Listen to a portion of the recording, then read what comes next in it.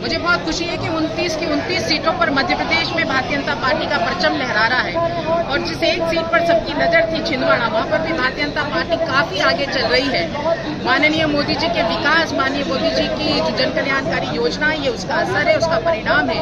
हमारे मुख्यमंत्री डॉक्टर मोहन यादव जी के ये कुशल नेतृत्व का हमारा परिणाम है। हमारे प्रदेश अध्यक्ष माननीय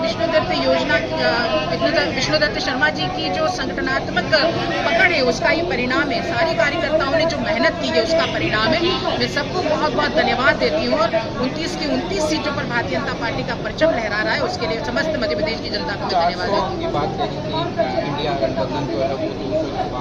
देखिए, बिल्कुल होगा, अभी ये शुरुआती है। 12 बजे तक हम सभी के सामने स्पष्ट हो जाएगा और मुझे पूर्ण विश्वास है कि राष्ट्रहित में दिन रात परिश्रम अच्छी नीयत से माननीय प्रधानमंत्री जी ने की है और जनता का आशीर्वाद भारतीय जनता पार्टी को जरूर मिलेगा। हम पूर्ण बहुमत से सरकार बनाएंगे और माननीय मोदी जी पुनः हमारे प्रधानमंत्री बनकर इस देश को आगे बढ़ाने में, इस देश को परम वैभव पर पहुंचाने में आगे अपने कदम बढ़ाएंगे। देखिए, शुरुआती रुझान अभी प्रारंभ हुए हैं।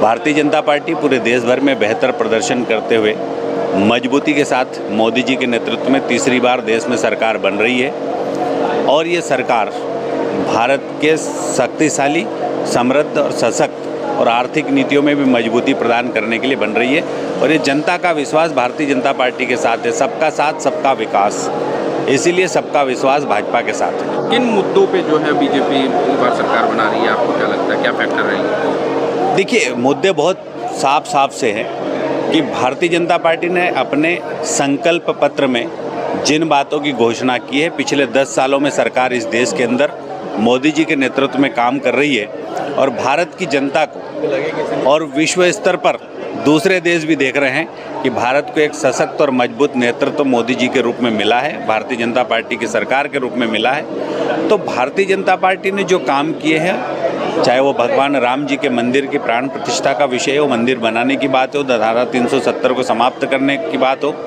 या मुस्लिम बहनों को 3 तलाक जैसे कुप्रथा से मुक्ति की बात हो, और देश के गरीब भाइयों और बहनों को प्रधानमंत्री आवास बनाकर देने की बात हो, या इलाज के लिए 5 लाख रुपए तक के निःशुल्क इलाज की गारंटी के रूप में आयुष्मान भारत योजना का कार्ड बना के देने की बात हो, या किसानों को किसान सम्मान निधि की बात हो, या डेवलपमेंट की बात हो, विकास की बात हो, अर्थव्यवस्था की मजबूती की बात हो। कोविड जैसे महामारी में भी भारत ने अपने देश की जनता की रक्षा तो की, लेकिन दूसरे देशों को भी मेडिसिन या दवाइयाँ उपलब्ध कराई। ये भारतीय जनता पार्टी की सरकार ने भारत के अंदर ये व्यवस्थाएं दी है।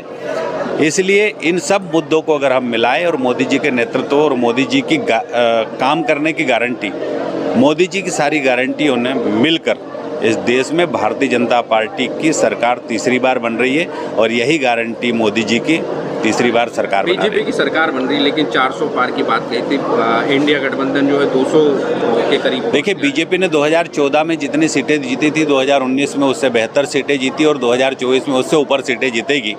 हर व्यक्ति का लक्ष्य होता है कि बेहतर से बेहतर करने का होता है, हमेशा इंक्रीज होता है रिजल्ट। और भारतीय जनता पार्टी के कार्यकर्ताओं के साथ मिलकर भारतीय जनता पार्टी ने ये लक्ष्य तय किया था कि अब की बार 400 पार।